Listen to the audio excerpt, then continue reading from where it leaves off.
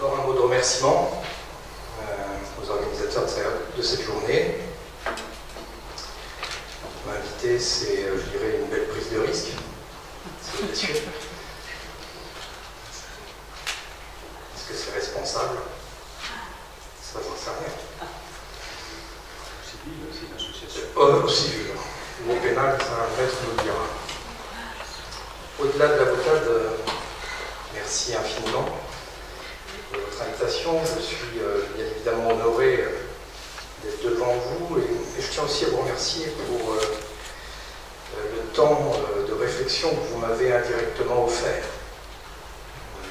La préparation de cette intervention étant bien évidemment pour moi une occasion privilégiée, tout simplement, de réfléchir à mes propres responsabilités. Merci. Deux précautions à poser d'entrée. La première, c'est que je n'ai pas de vérité. D'accord ? Tout ce que je vais dire, autant tout ce que je vais dire, il y a beaucoup d'interrogations, très peu de réponses, et donc je compte sur votre indulgence. Deuxième précaution,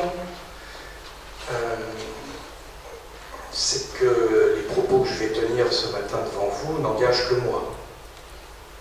Et bien évidemment, les réflexions, les idées, les raccourcis, parfois saugrenus, que je vais oser faire, que je vais oser évoquer devant vous, émergent de ce que je suis, de la place que j'occupe.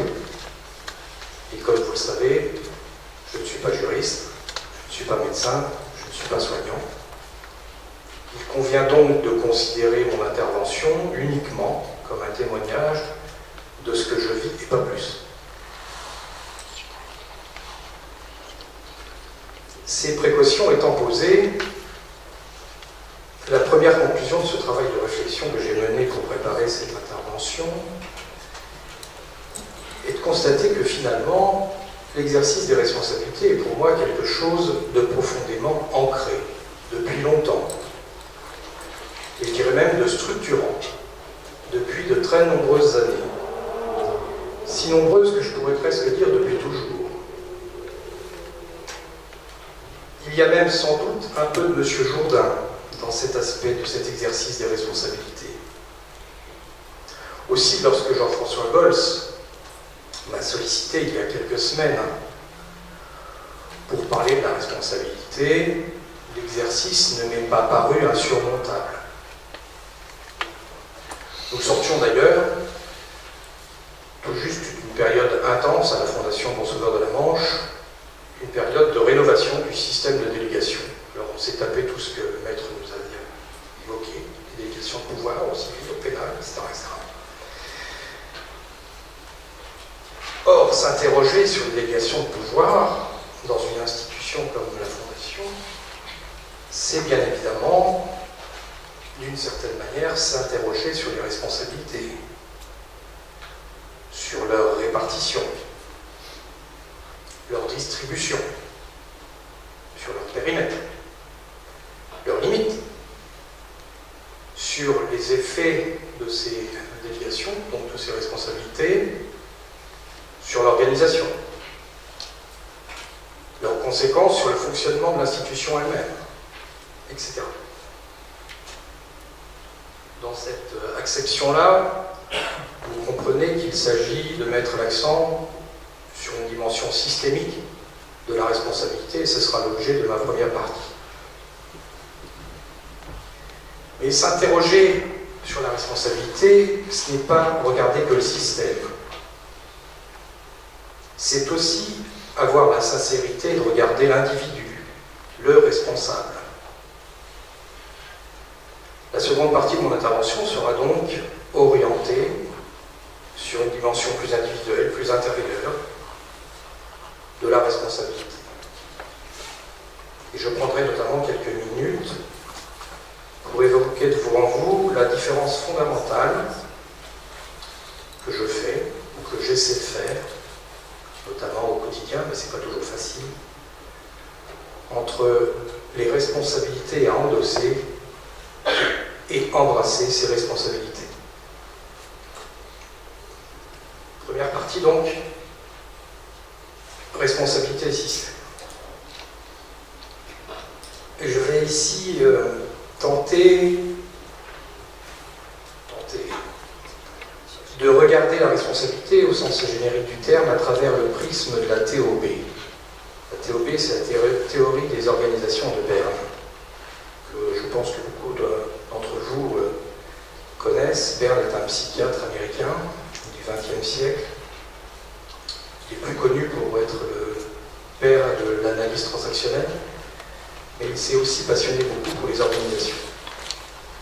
Et c'est ce volet-là qui m'intéresse plutôt aujourd'hui. Très schématiquement, Berne définit toute organisation humaine comme un système ayant à la fois une frontière externe et des frontières internes. La frontière externe sépare le système de son environnement, avec lequel il est bien évidemment en interaction permanente. Quant aux frontières internes, elles sont, comme le nom l'indique, à l'intérieur du système humain. Et dans cette configuration, toute organisation humaine est un système. La famille est un système. L'entreprise est un système. Le club de sport est un système. L'hôpital est un système. Le CNP est un système, etc. Si on prend la Fondation, par exemple, on trouvera dans son environnement externe une multitude d'acteurs. Le patient, sa famille, les hôpitaux généraux, l'ARS, les financeurs, la mairie de Cherbourg, la mairie de Saint-Lô, la CUC, la CAC, etc. Ces frontières internes sont également multiples. Sanitaires, médico-sociales, psy-adultes, pédopsie, addictologie, soignants, non-soignants, etc., etc., etc. Environnement dense, frontières internes nombreuses, structuration pas simple. C'est ni plus ni moins que l'illustration de la complexité du moment, de la réalité d'aujourd'hui. Bref, je pense qu'il y a de quoi s'y perdre. Et face à une telle complexité, lire les organisations à travers le prisme de la TOB présente, à mes yeux, un grand intérêt. C'est en effet un moyen de se situer. Certainement pas le seul, hein, il y en a d'autres. Mais concevoir l'organisation comme un système, en définir l'environnement externe, les frontières internes, etc. Cela permet de s'interroger sur la place qui est la sienne dans le système.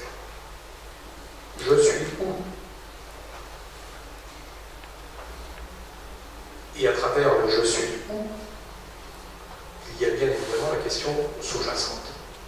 Je suis responsable de quoi dans le système, dans l'organisation? Ce que je veux dire, c'est que s'interroger sur la responsabilité dans le système, c'est une manière de répondre à la question « où suis-je » Donc y répondre, c'est une manière de trouver sa place dans le système. Si je consulterais l'extrême, j'irais jusqu'à paraphraser de la manière suivante. Dis-moi de quoi tu es responsable, je te dirai où tu es.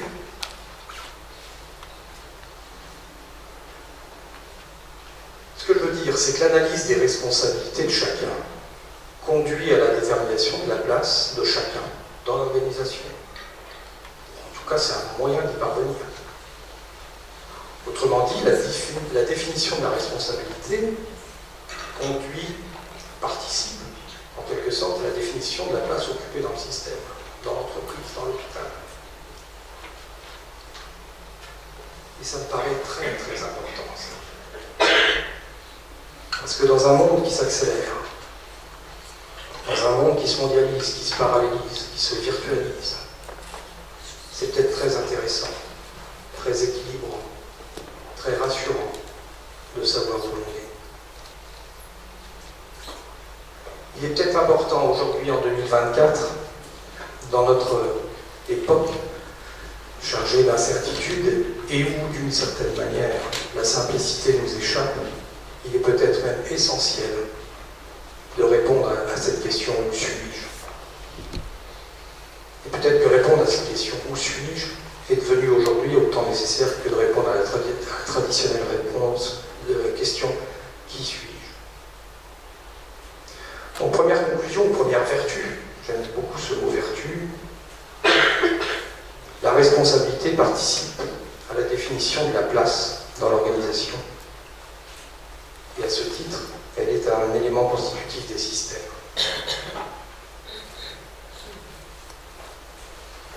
Mais l'analyse systémique de la responsabilité dans une organisation possède, à mes yeux, une seconde vertu, capitale également, et qui va au-delà de la définition de la place. Elle concerne les liens, les interactions, les relations dans le système. Je pense en effet que la clarification des schémas de responsabilité, c'est ce qu'on a fait dans la commission, quand on a travaillé sur nos délégations de pouvoir, c'est ce qu'on a fait. On a clarifié les responsabilités. Donc la clarification des schémas de responsabilité contribue à la définition des liens dans le système. Et s'interroger sur la place dans le système, c'est aussi questionner les liens avec les autres, ceux qui sont par définition à d'autres places que vous. S'interroger sur la place dans le système, c'est aussi questionner les membres des organisations dans leur façon d'interagir entre eux, quel que soit le niveau de responsabilité qu'ils ont.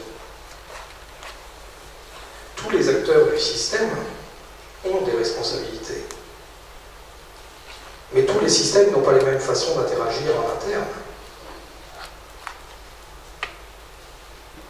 Et là, il existe plusieurs modèles. Nous allons retomber dans le dialogue interminable, horizontalité des liens versus verticalité des relations, organisation pyramidale versus fonctionnement vertical. Ce que je veux dire à travers tout ça, c'est que regarder le schéma des responsabilités d'une organisation, se pencher sur lui, le travailler, le parler, permet aussi de regarder, certes par un prisme particulier, mais cela permet aussi de regarder le système de relations de l'organisation. Ou pour le dire autrement, cela permet de regarder comment la vie circule dans nos organisations. Comment la vie circule dans nos organisations. Tout à l'heure, je disais, tout à l'heure, maître, vous m'avez foutu la trouille. Mais il y a un peu de ça quand même. Comment on fait pour vivre avec tout ça? Il y a une question fondamentale. Comment, avec tout ce qu'on a vu, on arrive à vivre, à faire, à agir? C'est fondamental. Et je vais reprendre la même phrase que tout à l'heure. Dans un monde qui s'accélère, dans un monde qui se mondialise, qui se parallélise, qui se virtualise, bref, dans un monde qui perd le sens, qui fragilise la relation, qui gomme les repères, c'est peut-être très intéressant aussi, très équilibrant aussi, très rassurant aussi, de savoir qu'il y a des règles de vie, ou de la vie tout court, de savoir qu'il y a de la vie tout court. Seconde vertu donc, je crois que le système de responsabilité installé dans une organisation dit quelque chose de la vie du système et de la vie dans le système.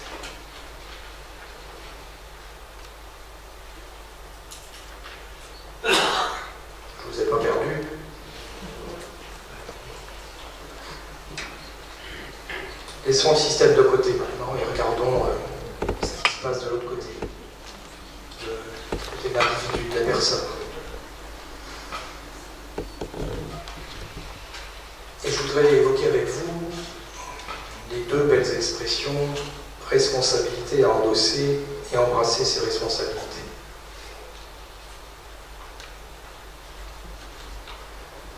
Les deux se disent. Les deux sont dans le langage commun. Je sais que la langue française est riche, mais c'est plutôt étrange de concevoir deux expressions différentes pour dire la même chose. Ça fait très riche, trop riche. Sauf à imaginer qu'elles ne disent justement pas la même chose. Et vous l'avez compris, c'est l'hypothèse que je retiens ce matin. Nous utilisons couramment ces deux expressions et pourtant, j'entrevois dans cette double formulation une différence fondamentale de point de vue. Je m'explique. Pour commencer ce propos, je dirais le plus simple, c'est de comparer ces expressions, et pour cela, mon premier réflexe, comme vous d'ailleurs, maître, a été de me référer au dictionnaire. Larousse, poche 2016, pour les amoureux des précisions. Que trouve-t-on à endosser? Endosser.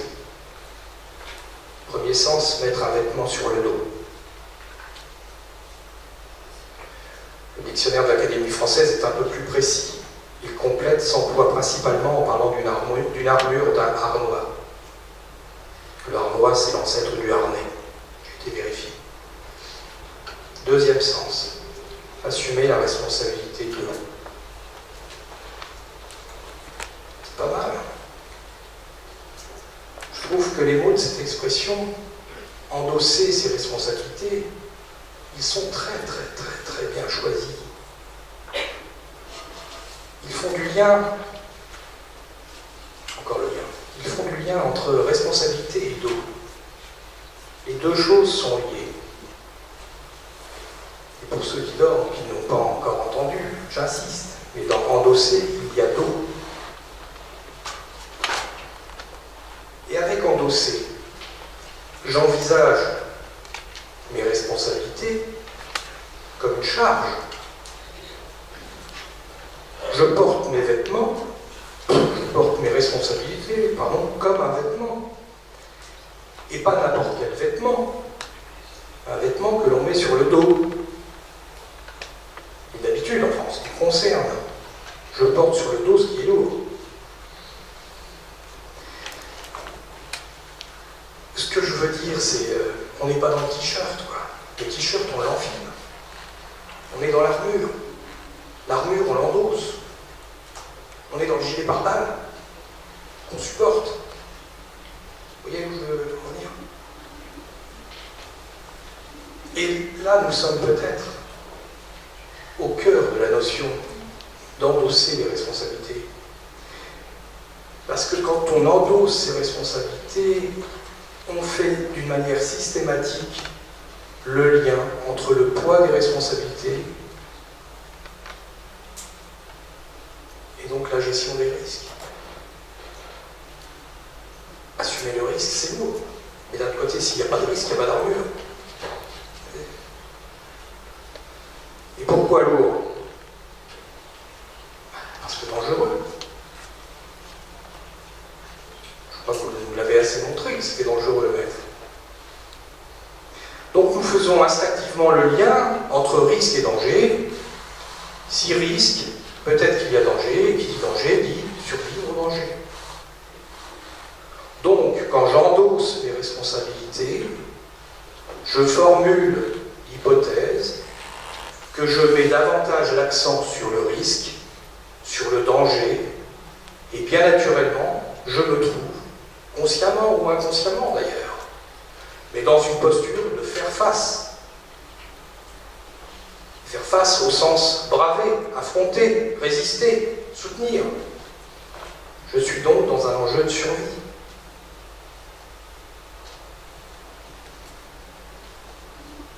Vous me suivez?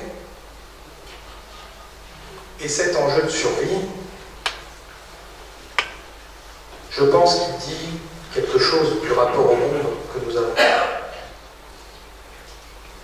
Ou autrement dit, quand on endosse des responsabilités, cela dit quelque chose de notre posture à être au monde. Je passe à la deuxième expression. Embrasser ses responsabilités.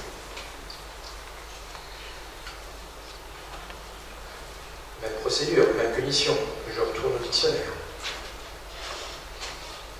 Embrasser, premier sens, donner un baiser.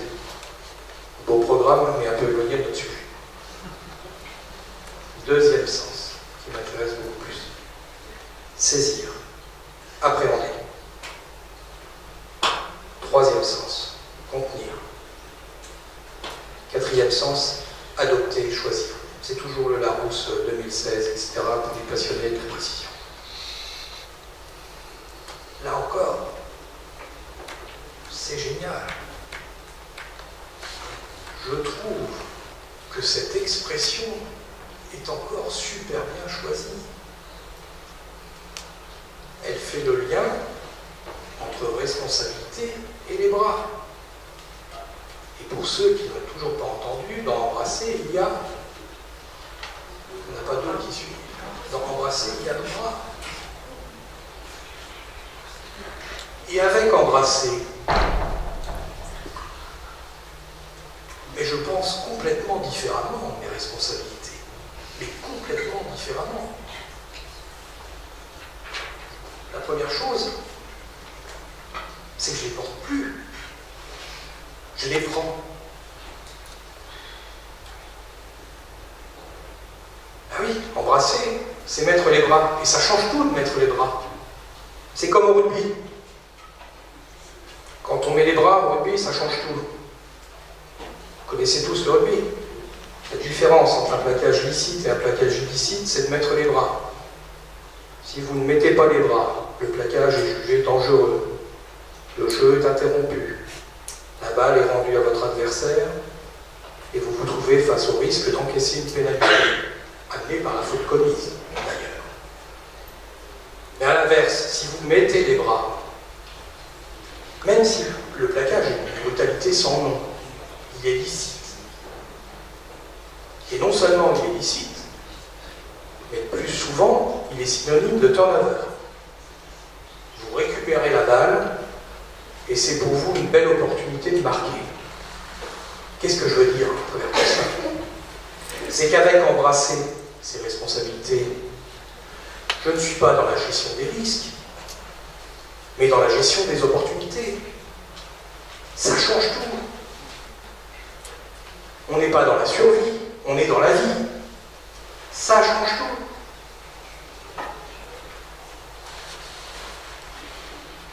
Que dire de tout ça? Tout simplement que quand on embrasse ses responsabilités, je formule cette fois-ci l'hypothèse que l'on souligne davantage la volonté de faire, que l'on est principalement dans la réalisation de la mission, dans la création de l'œuvre. Et bien entendu, bien naturellement, nous ne nous trouvons pas plus dans une posture de faire face, mais dans quelque chose de l'ordre de l'accomplissement.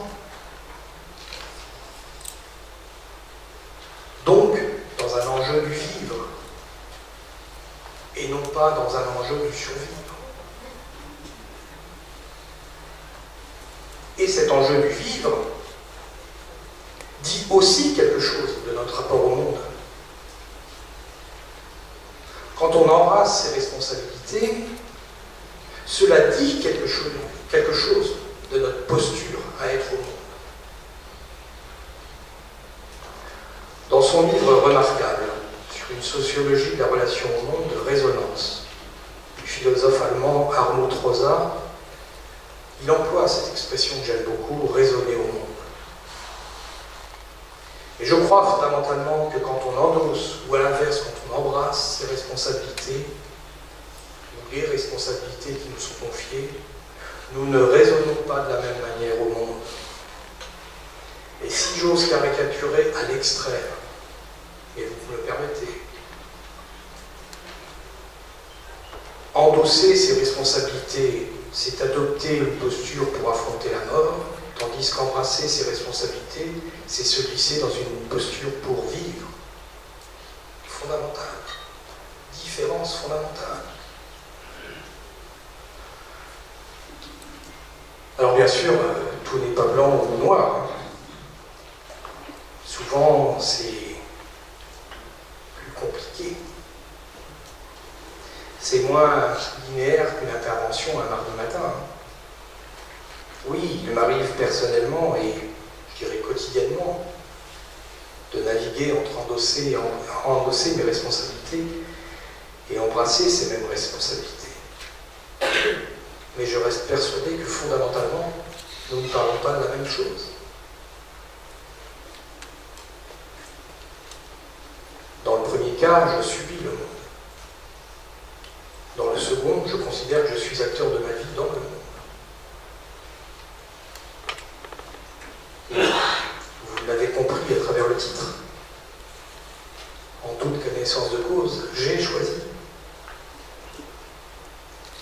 J'ai choisi d'embrasser avec volonté, détermination et enthousiasme, pas tous les jours, mes responsabilités.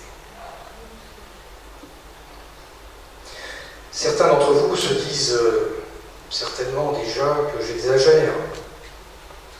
Oui, un peu, sans doute. Mais il y a peut-être aussi dans ce mouvement dynamique d'embrasser ses responsabilités quelque chose qui relève de l'acte de foi. Je vous le concède. Mais cet acte de foi est pour moi basé ou fondé sur une double croyance ancrée au plus profond de moi. Je crois fondamentalement que l'exercice des responsabilités qui me sont confiées me font grandir dans mon humanité. Et je crois fondamentalement que la réciproque est vraie. C'est-à-dire que c'est parce que je grandis dans mon humanité que j'ai la capacité d'assumer mes responsabilités. Et là, vous voyez le lien que je fais entre responsabilité et intériorité. L'un nourrit l'autre, l'autre nourrit l'un.